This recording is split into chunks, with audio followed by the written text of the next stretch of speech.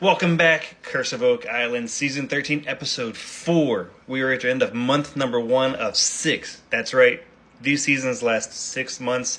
We are at the end of month number 1. So, I have been waiting 7 long days to get into this episode because the previews for this episode showed the team pulling up a piece of metal, a coin out of the money pit area from the Solution Channel. That was the preview. Social media has exploded in the last week of everybody claiming they found the treasure. Rick Lagina has his one thing, and I have just sat back here with my arms crossed, chuckling away because I have been waiting 7 days to debunk this. So let's go ahead and jump into this. Running time. The 60-minute episode on TV, 42 minutes was actual episode and 18 minutes of commercials. So 42 minutes of actual episode. Of that 42, roughly 20 was the narrator telling us everything that's happened in the last 12 seasons. Outside of that, we recapped everything that happened in the last 3 episodes for the remainder of it, and actually had some pretty decent finds in this episode, but we're going to walk through them, so let's jump into it and make this quick. Day has dawned on... So jumping into the money pit real quick, here is that lead item, here is that artifact, here is that coin that the team pulled out of the money pit on Oak Island in episode... Sorry. Anyhow, they pulled this piece of metal out. Now, as soon as I saw this piece of metal, I was like, that thing is about a half-inch thick. There is no way in God's creation that that is coin.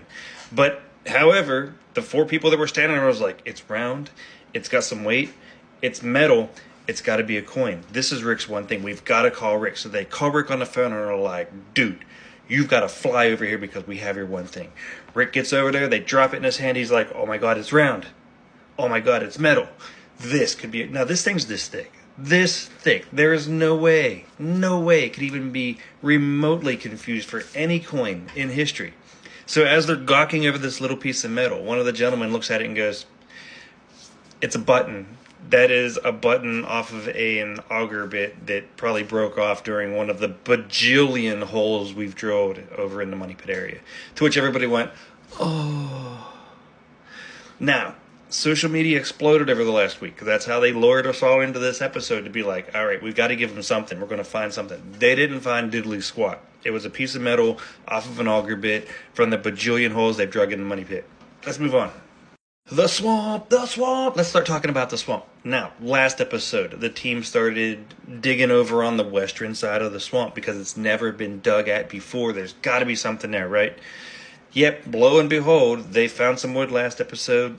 They found some wood this episode. They keep finding the survey spikes. They're really big survey spikes, and they've been cut 8 times, right? Cool. Is that important? I mean, it probably is in some context, but here's the thing. After they dug down and they found the survey spikes, they actually found some more cobblestone. It looks like a cobblestone path.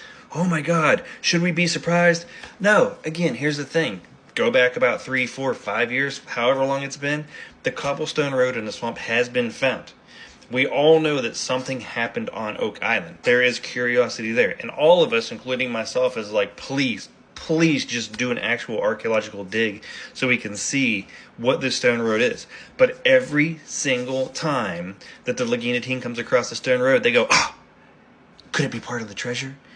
And then one episode later, they bury it over and they move somewhere else. And I think it's just filler. They know it's there. It's filler film so that they can come back at some point in future seasons and be like, let's go dig on that stone road a little bit more because we need a couple filler episodes. If they would just spend some of their money to actually do the archaeological research on the stone road, it might help us understand what actually happened on the island. But anyhow, it's filler in this episode. Again, they found some more wood. They found a stone road. It matches exactly like the stone road they found 5 years ago. And probably in the next 3 or 4 episodes, they're going to move away from it because it's just a stone road. Right. All right, let's get out of this one. Scrub my hands with this one. Lot 5. Now we talk about Lot 5 a lot. Lot 5, let me just remind you, Lot 5 is Anthony Vaughn's residence. In 1762-ish, when the map of Oak Island was created, Anthony Vaughn was listed as the resident on Lot 5. We know that Anthony Vaughn's family lived there for an extended period of time prior to the map being created, so anything in the mid-1700s belongs to Anthony Vaughn. The series of small walls, Anthony Vaughn. The cast iron pot, Anthony Vaughn. The buttons, Anthony Vaughn. Everything in that area belongs to the Anthony Vaughn family. It just baffles me that they keep trying to dredge this up as it's part of the mystery. So anyhow, last episode, Gary Drayton found that little piece of lead. It was a little piece of lead. He said it looks like the lead cross, but it's got some holes in it. Now, nobody called me out on this. I called it iron. I called it iron a lot. So you should have called me out on that. It was a little piece of lead. Anyhow, they took the little piece of lead to Emma. Emma researched the little piece of lead, and she said, well, it's compositionally dated into the mid-1700s, Anthony Vaughan House, and it could be associated to the lead cross. Now, I did a lot of research on this little lead strap with the holes in it. This lead strap is some kind of fastener. It's some kind of connector for wood or railing or residence or building something. Being on an island in the middle of the ocean, this little lead strap was most likely a fastener for some boat strapping, some lumber on the boat to hold part of the boat together. I don't know what else to say. Let's move on. Gary was at it again on Lot 5, and he found some scissor handles. Now, not only did he find some scissor handles, but they had some conversation, and somebody said, that looks like a horse's bridle. Imagine horses being on Oak Island. Yeah, imagine horses being on Oak Island. They used them. It was no surprise that there were horses on Oak Island. They found all the horseshoes, the oxen shoes. It didn't even turn out to be a horse bridle. It was actually scissor handles. Now, the thing that's funny is while they were in Emma's office doing the research on the scissor handles, Rick says, don't we have a book around here somewhere with scissor handles from the historical time frame? And he turns around and he's like, looks like those. Yep, dates right into Anthony Vaughan's time frame. Let's move on. I don't care. Oh, you got to be kidding me. So we're, 3-4 seasons into the Laginas owning Lot 5, and I'm sure they've combed Lot 5 from tip to tip, side to side, bottom to top. They know what's on Lot 5. But again, we need some filler stuff, so we're going to make sure that we're going to go out and find something interesting on Lot 5. So as they're out metal detecting on Lot 5, where they found the scissors, Rick Lagina looks down and he goes, that's a rock. That rock looks like it was placed there. That looks like it's probably something that was man-made.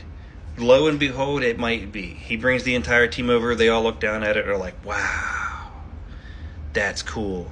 Could it be part of the mystery? Let's go ahead and look at it. It's some rocks that look like they were probably placed there on Lot 5 in close proximity to Anthony Vaughan's house. Moving on from it. Don't care. And in a nutshell, that's your Curse of Oak Island Season 13, Episode 4 recap. Did anything happen?